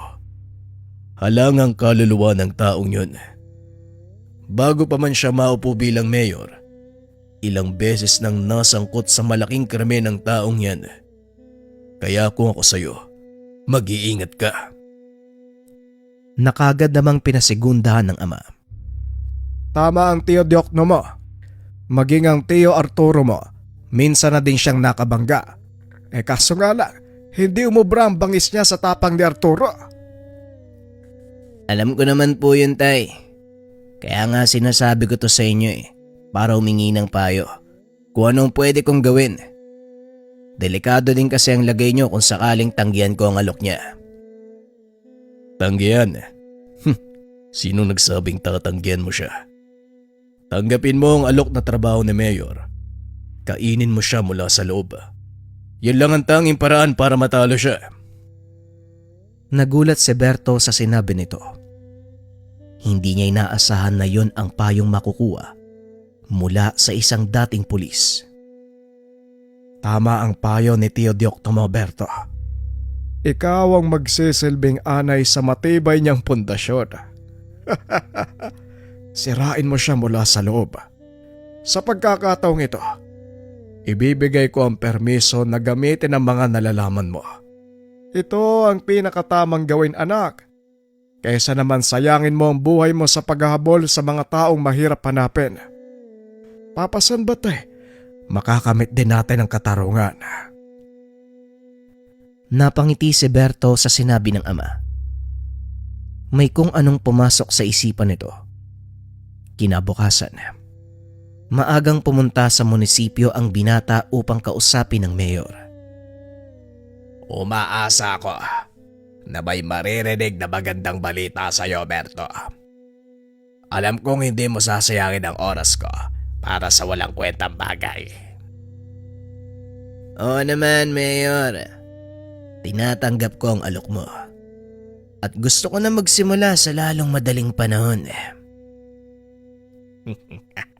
Magaling kong ganon. Isama mo ang ilan sa mga tauhan ko para sa una mong trabaho. Puntahan mo ang mga negosyanteng in-check sa palengke. Singilin ang kanilang upa sa pwesto. Masyado nang huli ang bayad nila. Pasensya na po, Mayor. Pero lalakad ako mag-isa. Ayoko may bumubuntot sa akin. Mayabang ka, bata. Pero sige, tignan natin ang karakas mo. Gawin mo ang gusto mo. Matapos ang pag-uusap, kagad nang lumakad si Berto. Pinuntahan nito ang mga sinasabing in-check. Napag-alaman ng binatang miyembro ng malaking sindikato ang grupo. Nagsisimula pa lang ang mga ito, kaya hindi pa ganon kalawak ang kanilang sakop. Sinabi din ni Mayor Nasapilitang pumasok sa bayan ang mga incheck para magbenta ng mga antigong kagamitan. Mula ito sa kanilang bansa. Ngunit higit pa dito ang natuklasan ng binata. Pinili ni Berto na manmanan muna ang aktibidad ng mga ito. At dahil sa maraming kakilala ang binata sa paligid, hindi nahirapan si Berto na makakuha ng lehitimong impormasyon. Kinagabihan, nagpunta ang binata sa pantalan dahil may darating na kargamento mula sa kanilang bansa ang mga incheck. Saktong pagdating ng binata, naroon na ang mga dayuhan. Nagsisimula ng magbaba ng kanilang mga kargamento. 5 malalaking container ang binaba mula sa barko. Nanlaki ang mga mata ni Berto nang makita kung ano ang laman ng isa sa mga ito. Binuksan ng isa sa mga dayuhan ang container. Tumambad kay Berto ang napakaraming dayuhang iligal na pumapasok sa bansa. Bukod pa dito, may mga malalaking kahon na gawa sa kahoy na inilabas mula sa mga sisidlan. At ang mas lalong ikinagulat ni Berto dahil ipinagbabawal na gamot ang laman ng mga ito. Tinignan ng binata kung ilan ang mga taong naroon. Napagtanto ng binata na kaya niyang sawatahin ng mga kalaban. Kulang-kulang sa 10 ang kanilang bilang. Gamit ang isang pambihirang kakayahan ng bertud ng putik. Naglakad ang binata papalapit sa mga dayuhan. Ni isa sa kanila ay walang nakapansin. Isa sa mga katangian ng mutya ng putik ay ang napakalakas sa sabulag na kahit sa malapitan, hindi ka mahalata ng mga tao sa paligid. Isa-isang inatake ni Berto ang mga kaaway at pinagbabali ang mga leeg. Unti-unting nabawasan ang bilang ng grupo hanggang sa nangalahati na ang mga ito. Ngunit nang aatake ni Berto ang isa sa kanila, aksidente nitong natabig ang isa sa mga kahon. Dahilan para mapansin ng iba ang bumagsak na kasamahan. Dali-daling kumilos ang mga ito. Hinanap kung sino ang may gawa. Ngunit bigo silang makita ang kinaroroonan ni Berto. At dahil nabulahaw ang kanilang operasyon, nagpa siyang magpulasan ang mga ito. Dali-daling sumakay sa kani-kanilang sasakyan ng mga ito. Bago pa man makalabas ang pantalan, nagawa na silang harangin ng binata. Huminto ang mga dayuhan dahil nakatayo sa harap ng kanilang sasakyan ng binata. Isa-isang nagbabaan ang mga ito. Pinaulanan ng bala ang binata, ngunit sinuong lang ito ni Berto ng walang kahirap-hirap. Gamit ang dalang tubo, pinagpapalo nito ang mga incheck hanggang sa tuluyang mapatulog. Matapos ay tinalian ang kamay at paa. Iniwan ng binata ang mga itong nakagapo sa isang sulok habang ang mga dayuhang iligal na pumasok sa bansa muling kinulong ng binata sa container. Matapos ay pinuntahan nito ang ninong upang ipagbigay alam ang ginawa. Nanlaki ang mga mata ng hepe dahil hindi nito lubos maisip na gagawin ito ni Berto. Nang masigurado ng binata na hawak na ng kapulisan ang dayuhan, kagad itong pumunta sa tahanan ng mayor. Yan ang gusto ko sa iyo, Berto. Iba ka kung kumilos. Nagagawa mo ang gawain ng 5 tao ng mag-isa. Gaya ng sinabi ko sa iyo, Mayor, kaya kong kumilos nang hindi umaasa sa iba. Anong susunod kong gagawin? Kumalma ka muna. Dahil hindi pa tapos sa mga dayuhan. Babalikan nila kung sino man ang may gawa nun, lalo pat nakuha ang kanilang mga kontrabando. Huwag kang mag-alala dahil malinis ako magtrabaho. Walang sino man ang nakakita sa akin at siguradong hindi nila malalaman kung sino ang bumangga sa kanila. Yan ang gusto ko. Pasado ka sa akin, bata. Sige, magpalamig ka muna bago ang susunod mong trabaho. Wika ng mayor. Sabay hagis ng sobre sa kanya. Teka, para saan to? Para sa trabaho ba? Mas malaki pa ang susunod kung mananatili kang tapat sa akin. Ngunit wala sa isip ng binata ang pera, kaya pinili niyang itabi ang mga ito. Kinabukasan, muling nagkita sina Dario at Berto. Sinabi nito ang tungkol sa trabaho. Nagulat naman ang kaibigan. Anak nang, bakit mo naman ginawa yan, Berto? Akala ko ba hindi ka papanig kay Mayor? Anong nangyari? Hindi naman talaga pare. Ginawa ko to para malaman kung ano ang totoong balak ni Mayor. Nakausap ko si tatay at tiyo Diokno. Sinabi nila sa akin, bago pa man maupo sa pwesto si Mayor, marami na itong ginawang problema. Hindi lang sa bayan, kung hindi sa buong probinsya. Siguro, dapat pag-aksayan ko lang ng lakas at oras ang isang to. Hindi mo alam yung sinusuong mo, pare. Mapapadali yung buhay mo dyan. Bata ka pa, Berto. Marami ka pang magagawang magandang bagay kaysa dyan. Yang ano naman Dario eh. Parang ang walang tiwala sa akin. Alam ko ang ginagawa ko. Huwag kang mag-alala. Hindi nila ako kayang patayin. Ewan ko na lang sa'yo, Berto. Hindi naman kita mapipigilan eh. Wes, kung ayaw mong magpapigil, baka pwede mo naman akong isama sa lakad mo. Nababaliw ka na ba, Dario? Hindi pwede. Masyadong delikado. Ayoko mapahama ka. Kaya nga lumalakad ako mag-isa eh. Ay nako, parang hindi mo naman ako kilala, pare. Sige na, sama mo na ako. Alam ni Berto na paulit-ulit siyang kukulitin ng kaibigan, kaya hinayaan niya itong sumama. O sige na nga. Basta, huwag ka lang haharang sa dadaanan ko. Yun oh. Sige pare, walang problema. Ano bang susunod mong lakad? Yung mga sindikato sa palengke na nangongolekta ng tong sa mga nagtitinda. Sila ang susunod kong lalakarin. Nawawala ng dilihensya si Mayor dahil sa kanila. Matapos ang pag-uusap, kagad nang nagpaalam si Berto. Kinabukasan maaga itong nagpunta sa palengke upang asikasuhin ang sunod ay pinapagawa ng Mayor. Hindi pa man tumatagal ang binata sa lugar, kagad niyang nakita ang ilan sa mga ito. Kilala ni Berto ang grupo dahil maging siya, ilang beses nang nakabangga ang mga ito. Nagsimula ng mangolekta ang pangkat. Nilapitan ng binata ang isa sa kanila na itago na lang natin sa pangalang Buyong.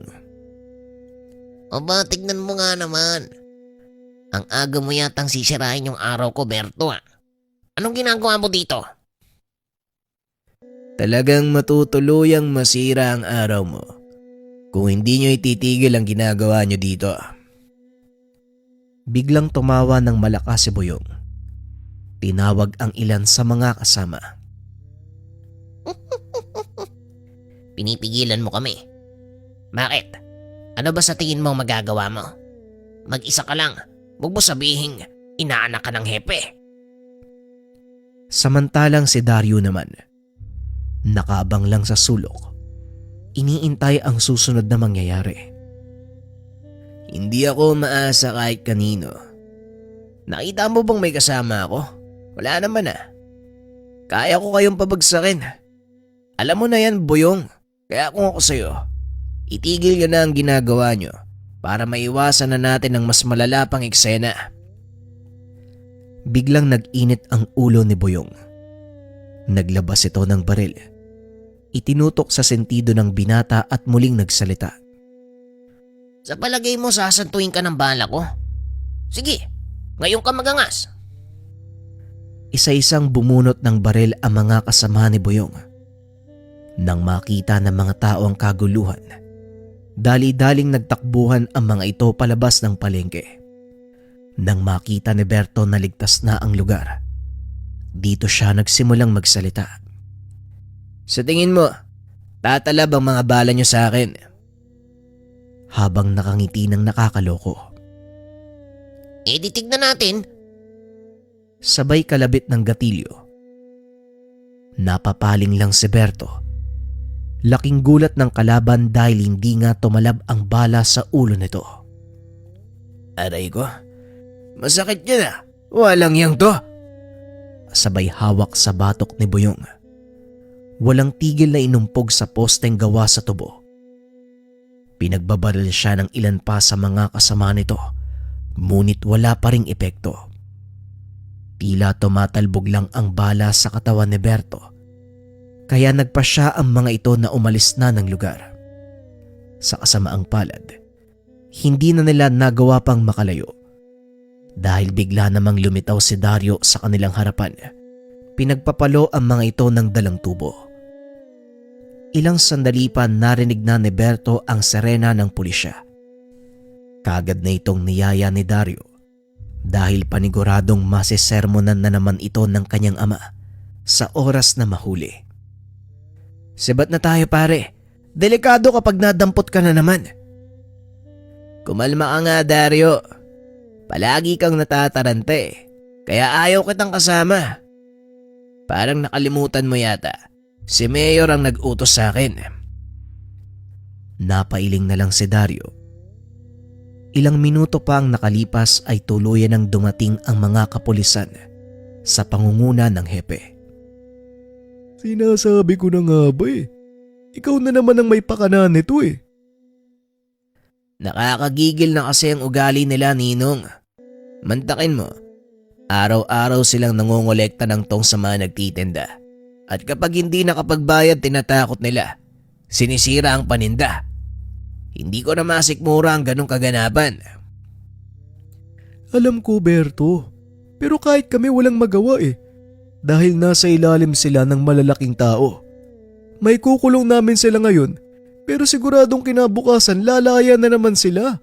Babalik sa dating gawain. Paulit-ulit na ganun, iho. Kaya nga ako nakisali na eh. Masyado nang masakit sa lalamunan ng mga tinik na yan. Kailangan ng bunutin. Isa pa, Ninong. Utos to ni Mayor. Nanlaki ang mga mata ng hepe dahil hindi nito akalaing nagtatrabaho na ang inaanak sa Mayor. Nagtatrabaho ka kay Mayor. Alam mo ba ang gulong pinasok mong bata ka? Sa oras na dumikit ka sa taong yan, wala nang labasan, hindi ka na makakabitaw. Alam ko yun, Nong. Kaya nga uubusin ko sila mula sa loob. Sa ngayon, pinapatunayan ko pa ang sarili ko sa kanya para makuha ang tiwala ng taong yon. At sa oras na magawa ko, uumpisan ko siyang kainin. Napailing na lang ang hepe sa sinabi ng binata. At para mas malinawan, pinaliwanag ni Berto ang naging dahilan. Sinabi ng binatang si Mang Jokto mismo ang nagbigay ng impormasyon na si Mayor ang pangunahing dahilan ng mga krimen sa kanilang bayan. Alam din ni Berto, napakawala nito ang mga pumatay sa kanyang ina. Kung totoo yung mga sinasabi mo, mag-iingat ka. Dahil hindi sa lahat ng oras pwede ko makialam. Sige na, umalis ka na dito. Ito ang naging dahilan para mas lalo pang maging tunog ang pangalan ng binata. Kinatakutan nito ng parehong malalaki at maliliit na sindikato. Naging mapayapa ang bayan dahil sa presensya ni Berto, na labis namang kinatuwa ng Mayor. Hindi akalain ng binata ang susunod na ipapagawa sa kanya ng Mayor. Ipatumba ang hepe ng kapulisan. May ipapagawa ko sa'yo, Berto. At alam kong magiging madali lang ito para sa'yo. Masyado nang nangihimasok ang kapulisan sa operasyon ko sa Barrio Santa Ana. Hindi naman siguro lihim sa'yo na naroon ang pagawaan ko ng pinagbabawal na gamot. Gusto kong itumba mo ang hepe. Nanlaki ang mga mata ni Berto nang marinig ang sinabi nito. Itumba ang hepe. Sigurado ka ba, Mayor? Malaking gulo yan kapag nagkataon. Pasensya na, Pero hindi ko gagawin ang sinasabi mo. Ang ibig sabihin ba nito, bibiguin mo ko? Bakit? Natatakot ka ba? Hindi naman sa natatakot, Mayor. Pero malaking tao si Hepe. At kapwa natin alam, kilala siya sa bayan. Alam din ng mga taong ikaw ang pinakamatindi niyang kalaban. Kaya walang ibang paghihinala ng mga taga rito kung hindi ikaw. Hindi mangyayari yon kung papalabasin mong aksidente ang lahat. Wala namang problema kung hindi mo tatanggapin ang trabaho. Ipapagawa ko na lang kay Kulas. Mabuti pa nga, Mayor. Ayoko lang din na maging dahilan ng problema niyo. Nagkunwari itong sumang-ayon sa plano ng mayor para hindi malata ang susunod niyang hakbang. Matapos ang pakikipag-usap, kaagad nitong pinunta ng hepe sa istasyon upang ipagbigay alam ang susunod na plano ng mayor. Talagang hindi ako titigilan ng mayor na yan. Makailang beses niya nang pinagtangka ng buhay ko. Dahil ako lang ang naglalakas loob na pigilan ang mga masama niyang gawain. Kaya nga po, Ninong kailangan niyo muna sigurong magbakasyon. Lumayo muna kayo sa bayan, nakakatakot ang pwedeng mangyari. Huwag kang mag-alala, Berto. Sa pagkakataong ito, makikinig ako sa'yo. Kinagabihan sinundan ng binata ang hepe pauwi. Ngunit hindi ito nagpalata. Wala rin siyang alam kung kailan sasalakay si Kulas, kaya hindi nilubayan ng binata ang hepe. Salitan silang nagbabantay ni Dario. Halos 1 linggo din nilang ginawa ang pagmamatyag, ngunit wala namang nangyayari. Hanggang isang araw, kasalukuyang may isinasagawang programa sa plaza. Naroon ang hepe bilang panauhing pandangal. Nakamasid sa hindi kalayuan ang binata.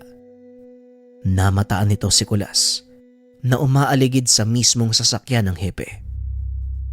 Dario, huwag mong aalisan ng tingin sa hepe. May pupunta lang ako.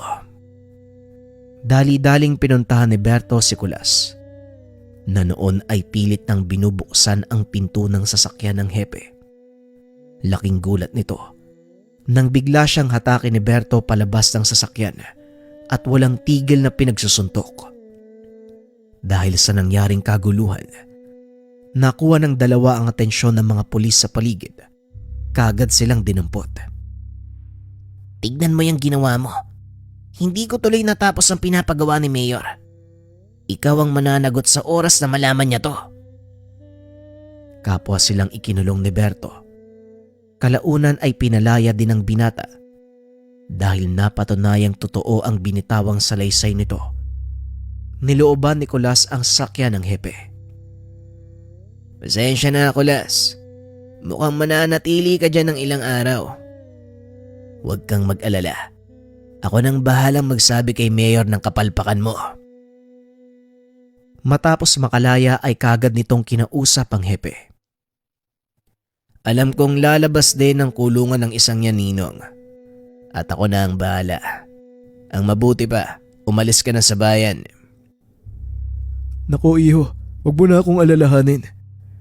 Kaya ko ipagtanggol ang sarili ko. At isa pa, nakausap ko na din ang iyong ama at si Diokno. Mamaya lang nandito na mga ngayon. At tupagin mo ang misyon mo. Ako nang bahala sa sarili ko. Kahit papano nabawasan ang pag-aalala ng binata dahil alam nitong tutulong si Mang Diokno at ang kanyang ama. Matinik sa laban ang dalawang ito nung aktibo pa sa serbisyo. Kaya naman tiwala sa Berto na mananatiling ligtas ang hepe. At para maisagawa ng binata ang susunod na plano, inatras ng hepe ang kaso laban kay Kulas. Ilang sandali lang ay nakalaya na din ito na siya namang pinaka-inaabangan ng binata. Nakita ni Berto na naglakad palabas ng presinto si Kulas. Dali-dali niya itong sinundan. Pagdating sa isang bakanting lote, doon niya ito sinunggaban. Laking gulat ni Kulas dahil hindi nito inaasahang susugurin siya ni Berto. Ano sa palagay mong ginagawa mo? Bakit mo ako kinakalaban? Pasensya na, Kulas. Pero hindi maaaring masira ang balat kayo ko kay Mayor. Sabay baril sa ulo ni Kulas. Hindi nakaramdam ng panghihinayang ang binata dahil kailangan niya itong gawin para manatiling sekreto ang kanyang plano. Pagsapit ng dilim, nagtungo ito sa tahanan ng Mayor. Saktong nakikipag-usap ito sa ilang katao. Hindi pamilyar kay Berto ang mga ito. Laking gulat ng binata nang marinig ang kanyang pangalan. Mas lalo pang nagulat si Berto nang makita ang muka ng isa sa mga kausap ng Mayor. Ito ang taong tinamaan niya sa muka. Pasimpleng naupo si Berto sa sulok. Kunwari ay nagbabasa ng diaryo.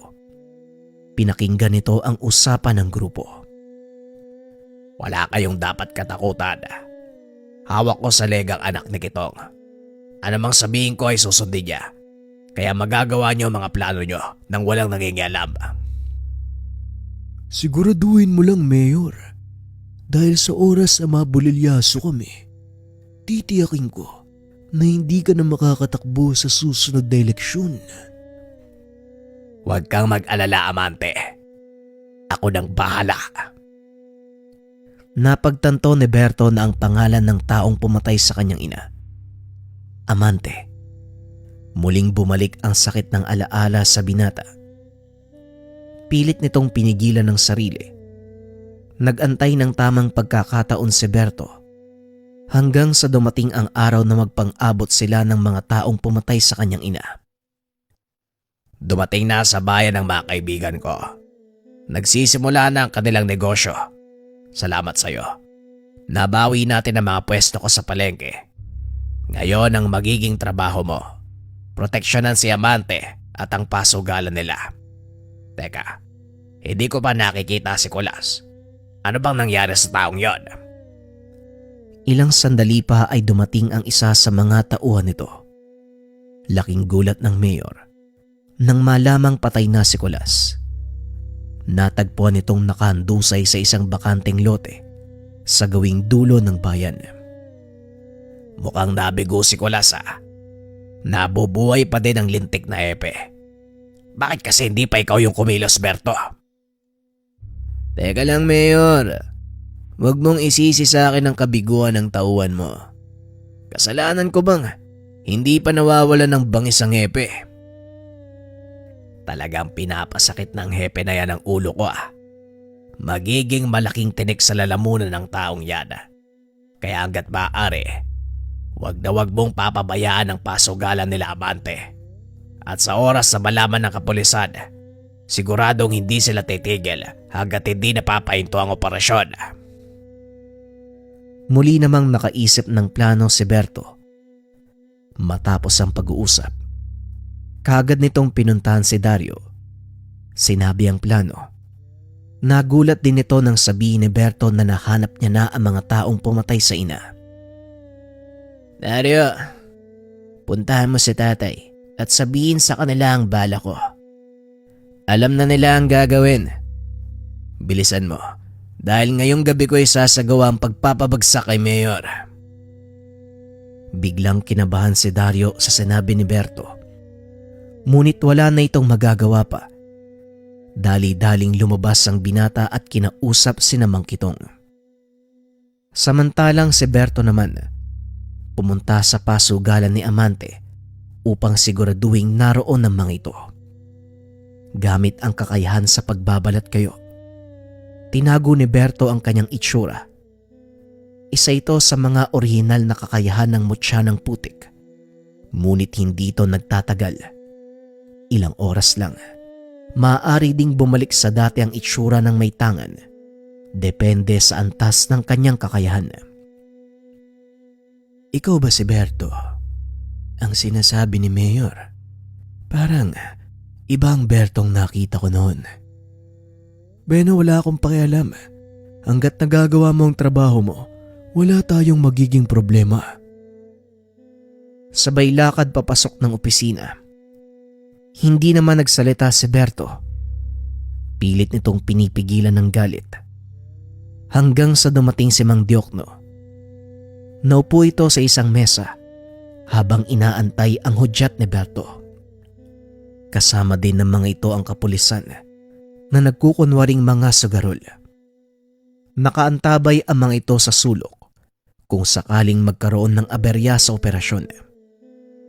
Saktong kasarapan ng pagsusugal ng mga tao nang biglang ideklara ang raid ng isa sa mga pulis na kasama ni Hepe Arturo. Nagsipagtayuan ng mga tao, kanya-kanyang hanap ng daanan palabas. Samantalang si Berto naman, nakatayo lang sa pinto ng opisina ni Amante. Biglang nagbukas ang pintuan. Lumabas si Amante na may dalang baril. Dali-dali namang hinila ni Berto ang kamay nito at sinandal sa dingding. "Anong ginagawa mo? Akala ko ba tauhan ka ni Mayor?" "Oo, tama ka. Tauhan nga ako ni Mayor. Kaso ang Mayor na pinaglilingkuran ko, hindi pa nakakaupo at kasalukuyang hepe ng kapulisan." "Traidor ka. Hindi ko akalaing nagpalaki ng ahas si Javier na siya ding lulunok sa kanya ng buo." "Wala akong pakialam kay Mayor. Ang totoong pakay ko dito, ikaw. Siguro naman, hindi mo pa nakakalimutan ang ginawa mo sa nanay ko 5 taon na ang nakakaraan." "Sinasabi ko na nga ba, may binabala ka. Matagal na yun, bata. Napagutusan lang din ako. Wala ding ibang nag-utos sa akin kung hindi si Mayor." Pinagpatuloy ni Amante ang kwento. Sinubukan ding pigilan ng kanyang ama ang operasyon ni Mayor nung hindi pa ito nauupo. At dahil naging sakit sa ulo ng Mayor, pinili niyang ipapatay si Mang Kitong. "Tauhan lang din ako, bata. Kaya baka pwede naman nating pag-usapan na lang." "Wala tayong dapat pag-usapan. Pinatay mo ang nanay ko at sisiguraduhin kong pagbabayaran mo yon." "Bakit ako ang sisisihin mo? Masyadong naging pakailamero ang tatay mo, kaya nangyari yon." "Huwag mong ibunton sa iba ang kawalanghiyaan mo." Isang malakas sa suntok ang binigay ni Berto kay Amante, dahilan para bumagsak ito sa sahig. Sa kasamaang palad, nadampot nito ang nahulog na baril. Walang pagdadalawang isip na pinaputokan si Berto. Nanlaki mga mata nito dahil tila tumatalbog lang ang bala sa katawan ng binata. Paulit-ulit niya itong binaril hanggang sa maubos ang bala. Ngunit walang naging epekto kay Berto.